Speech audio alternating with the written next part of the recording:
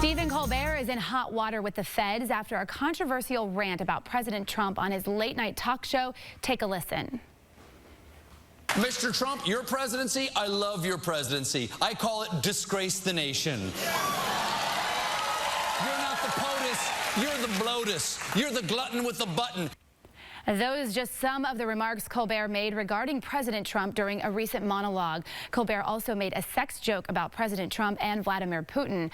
Now the Federal Communications Commission is looking to investigate the incident after the agency says it received several complaints. The FCC's response will depend on whether Colbert's remarks are considered, quote, obscene. Colbert has defended his comments.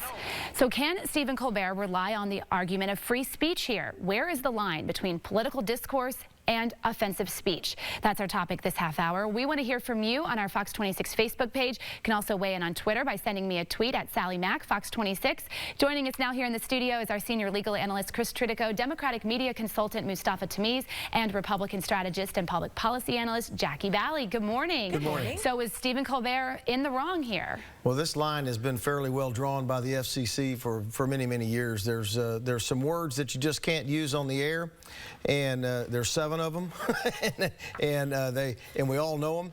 And the interesting thing here is Stephen Colbert did not use the word on the air. The offensive joke, the word was bleeped out, and so I don't know how he can't defend it on First Amendment content here because he didn't actually use the word on the air.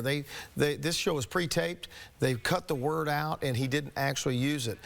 Jackie's going to take offense with the whole monologue here in a minute, but this was a political speech, and it can be protected by political speech. We don't have to agree with it. But the word that people are objecting to was not used. Yeah, and at 10:30 at night, the rules are different. Generally, FCC looks at most of the things that before 10:30. So it's unusual for them to look at this to begin with. But look, I mean, the president says a lot of things on stage. He's used the F word a number of times at his rallies, at his events. So it's very hard for other people then to say not to do something that the president himself does all the time. As Mustafa said, there is a provision that FCC has to look at called safe harbor provision, and it's from 10 to 10. If certain words, if something, a gesture or something seen as obscene, then they have to look into it. Also, as the president of FCC said, any complaint that they get, they will look into it. Does that mean something will actually happen? Will he be fined or sanctioned? He didn't indicate that was happening, but they do have to look into every complaint. With all of that said, I'm not a Stephen Colbert fan, surprise, surprise.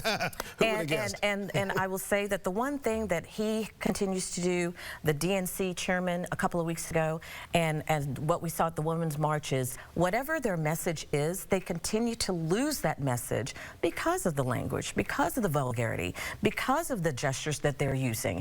If you're saying such things that younger people can't even listen to you, then you're losing your real message that you're trying to deliver. I got to go to social media, but I want you to respond to that. Is that true?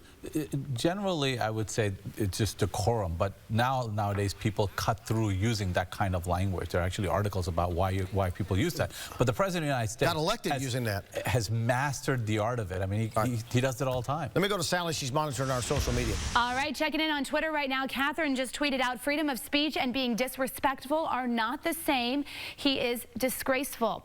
Other comments here, this one from Pollyanna. She says, I'm angry with Stephen Colbert. The network needs to fire him ASAP. He crossed the line. No one should attack the president of the U.S. like that. No one. There is some support for Stephen Colbert as well. This woman writes, without him, I would have surely dived into a pool of depression like the likes of none other. Can't thank him enough for perspective. And then this person says, since when do comedy and viciousness mean the same thing? You're beyond offensive. You're talking about the president.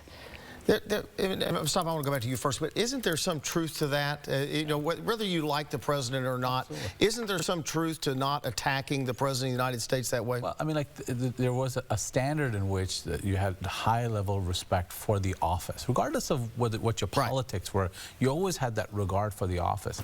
And what President Trump has done, he's brought all of that down for everybody, not just for himself, but for all future presidents, because how he speaks. He started his campaign calling Mexicans rapists and murderers, and some of them might be okay. I mean, that's how he launched his campaign. And during the campaign, at his rallies, there was a number of times where he used the F word. Okay, Jackie. So it's unbelievable that people try to defend him when he's the one that causes it. Jackie, why should Stephen Colbert be held to a standard that we're not willing to hold the President of the United States to? I hold everyone to a certain standard, not just Stephen Colbert. He has a television show. If he does not meet the requirements of FCC, they're going to deal with him. I don't think that, based on what I'm hearing, he has gone against what FCC has done. What I am saying is, even though I have disagreed with President Obama in the past, I've stuck to his policies. When you see people now attacking the office of the presidency, when you see Hillary Clinton calling half of the country deplorables because we're exercising our right, you're continuing to see Democrats being hypocrites because they're saying we're the ones that love everyone, we're the ones of peace, until they lose. And then all of a sudden, as we've seen, chaos ensues. Final thought. Donald Trump became a viable political candidate because he called the sitting president of the United States that he didn't even live in this country or wasn't born in this country. He has lowered the standard for all of us, and he should be ashamed for it. If that's the case, then Democrats continue to lower it even more. We're going to leave it right there. Join us right now. We'll continue talking about this on Facebook Live. We'll be back in about 20 minutes with another really good topic. All right. Hopefully, folks will tune into you there. Go to our Fox 26 Facebook page. You can talk with the panel live right now. We'll see you then. Thanks, guys.